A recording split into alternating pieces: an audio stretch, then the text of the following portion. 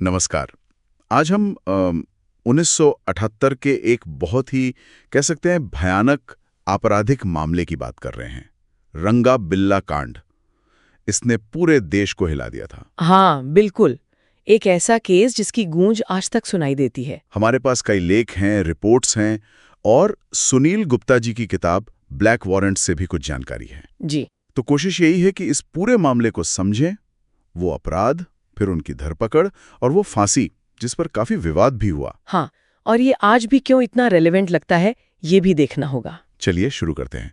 तो तारीख थी 26 अगस्त 1978, दिल्ली। नेवी के एक ऑफिसर थे MM चोपड़ा। जी। उनके 2 बच्चे, गीता जो कॉलेज में थी और संजय स्कूली छात्र, वो ऑल इंडिया रेडियो जा रहे थे। हाँ, किसी यूथ प्रोग्राम के लिए। रास्ते में बारिश थी तो उन्होंने एक फिएट कार से लिफ्ट ले ली। कार का नंबर भी पता है, HRK 8930, और फिर वो गायब हो गए। और उस कार में थे कुलजीत सिंह उर्फ रंगा और जसबीर सिंह उर्फ बिल्ला। ये मुंबई से आए अपराधी थे। अच्छा। और देखिए, उनका जो शुरुआती प्लान था वो था अपहरण करके फिरौती मांगना। लेकिन ये सिर्फ फिरौती तक नहीं रुका। नहीं, बिल्कुल नहीं। मामला बहुत बहुत संगीन हो गया। हाँ, एक चश्मदीद भी था शायद, जिसने बच्चों को कार में देखा था संघर्ष करते हुए। जी हाँ, ऐसी रिपोर्ट थी। और फिर 3 दिन बाद, वो तारीख थी 29 अगस्त, रिज एरिया के जंगलों में दोनों बच्चों के शव मिले। ओह। पोस्टमार्टम रिपोर्ट बहुत भयानक थी। गीता के साथ बलात्कार हुआ था और दोनों की हत्या किसी तेज धार वाले हथियार से, शायद तलवार या कृपाण, बहुत बेरहमी से की गई थी। इस खबर ने तो दिल्ली को मतलब हिला कर रख दिया होगा। बिल्कुल। जनता में बहुत गुस्सा था। यहाँ तक कि उस वक्त के प्रधानमंत्री मोरारजी देसाई, वो खुद चोपड़ा परिवार से मिलने गए थे शोक जताने। पुलिस पर दबाव बहुत बढ़ गया होगा फिर तो। जाहिर है, बहुत ज्यादा दबाव था। तो पुलिस ने बहुत बड़े पैमाने पर तलाशी शुरू की और वो फिएट कार वो मिल गई, लावारिस हालत में। अच्छा, कहाँ मिली थी? मजलिस पाक इलाके के पास मिली थी।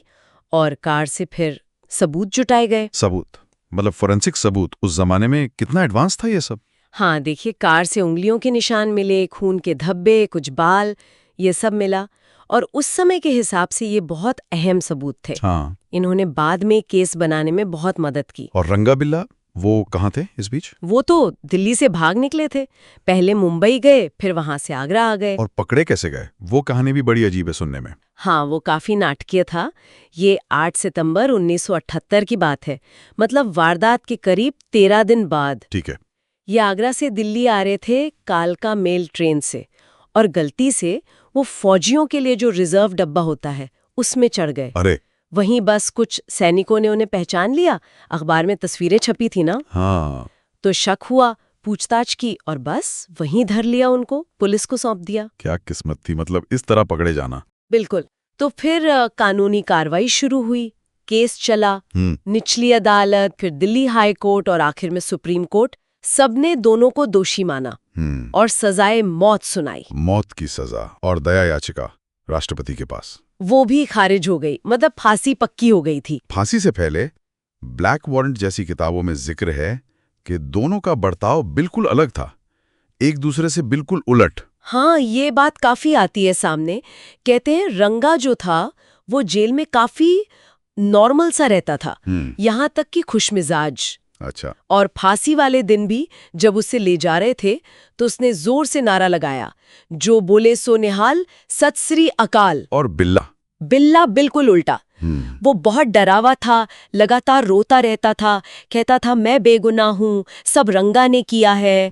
सारा इल्जाम वो रंगा पर डालता रहा आखिर तक। और फिर वो दिन आया, 31 जनवरी 1982, तिहाड़ जेल। जी। उसी दिन दोनों को फांसी दी गई।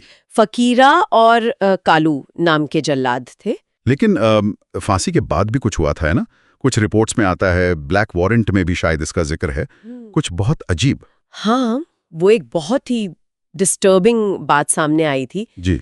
कहा जाता है कि फांसी देने के लगभग 2 घंटे बाद, जब डॉक्टर जांच कर रहे थे जी, तो रंगा की नब्ज कथित तौर पर चल रही थी। क्या 2 घंटे बाद? हाँ, ऐसा दावा किया गया। और फिर ये आरोप है कि एक जेल कर्मचारी को उस गड्ढे में उतारा गया, फंदे के नीचे जो होता है जी, और उसने रंगा के पैर खींचकर उसकी मौत पक्की की। ये बहुत भयानक आरोप है। ये तो वाकई रोंगटे खड़े करने वाली बात है। और बिल्ला? बिल्ला आखिर तक यही कहता रहा कि रब जानता है कि उसने कत्ल नहीं किया। और उनके शव परिवार ने लिए? नहीं, किसी परिवार वाले ने शव नहीं लिए, जेल वालों ने ही उनका अंतिम संस्कार किया। इस केस को कानूनी भाषा में रेयरेस्ट ऑफ रेयर कहा गया। हाँ, विरलों में विरलतम, मतलब अपराध इतना जघन्य कि मौत की सजा ही उचित मानी गई। इस केस का असर समाज पर बहुत गहरा पड़ा। बिल्कुल। एक तो इसने दिल्ली की छवि पर बहुत बुरा असर डाला। मतलब दुखद है, पर रेप कैपिटल जैसी बातें इसी दौरान ज्यादा होने लगी। लेकिन एक सकारात्मक चीज ये हुई कि गीता और संजय चोपड़ा के नाम पर आज भी नेशनल ब्रेवरी अवार्ड्स दिए जाते हैं बच्चों की बहादुरी के लिए। हाँ, ये अच्छी बात है। और आजकल वो नेटफ्लिक्स पे एक सीरीज भी आई है, शायद ब्लैक वारंट पर ही आधारित है। उसने फिर से इस केस को चर्चा में ला दिया। Indian predator. जी, इंडियन प्रेडिटर। उसने दोबारा इस मामले को लोगों के सामने रखा है।